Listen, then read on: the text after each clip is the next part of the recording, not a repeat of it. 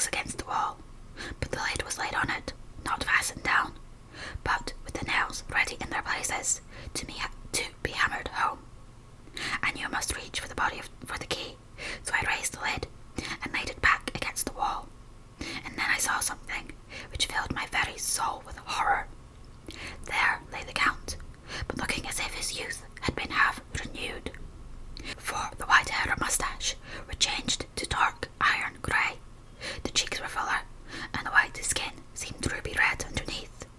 The mouth was redder than ever, for on the lips were gouts of fresh blood, which trickled from the corners of the mouth and ran over the chin and neck.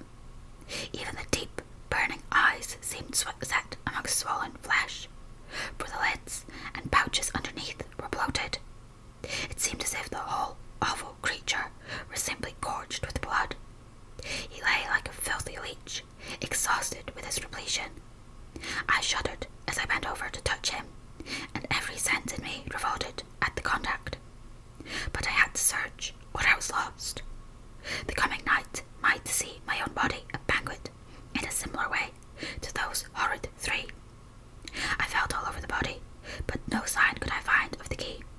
Then I stopped and looked at the Count. There was a mocking smile on the bloated face, which seemed to drive me mad. This was the being I was helping to transfer to London, where, perhaps, for centuries to come, he might, amongst its teeming millions, satiate his lust for blood, and create a new and ever-widening circle of semi-demons to batten on the helpless. The very thought drove me mad. A terrible desire came upon me to rid the world of such a monster. There was no lethal weapon at hand, but I seized a shovel, which the workmen had been using to fill the cases, and, lifting it high, struck with the edge downward at the hateful face. But as I did so, the head turned, and the eyes fell upon me with their blaze of basilisk horror. The sight seemed to paralyze me, and the shovel turned in my hand and glanced from the face, merely making a deep gash above the forehead.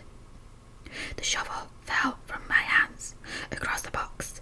As I pulled it away, the flange of the blade caught the edge of the lid, which fell over again and hid the horrid thing from my sight. The last glimpse I had was of the bloated face, blood-stained and fixed with a grin of malice, which would have held its own in the nethermost hell.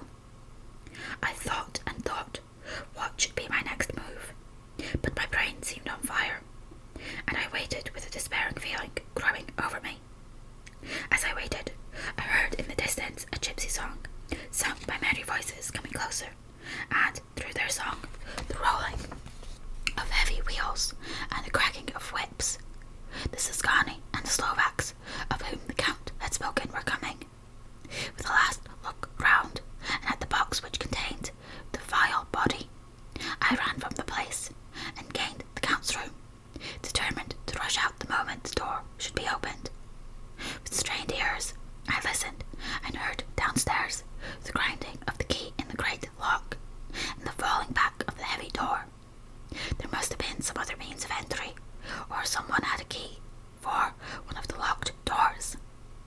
Then there came the sound of many feet tramping and dying away in some passage which sent up a clanging echo.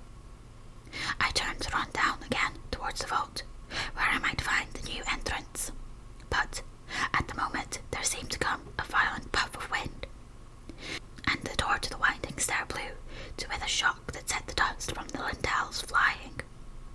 When I ran to push it open, I found that it was hopelessly fast. I was again a prisoner, and the net of doom was closing round me more closely. As I write, there is in the passage below a sound of many tramping feet, and the crash of weights being set down heavily, doubtless the boxes, with their freight of earth. There is a sound of hammering. It is the box net being nailed down. I can hear the heavy feet tramping again along the wall, with many other idle feet coming behind them. The door is shut, and the chains rattle. There is a grinding of the key in the lock. I can hear the key withdraw. Then another door opens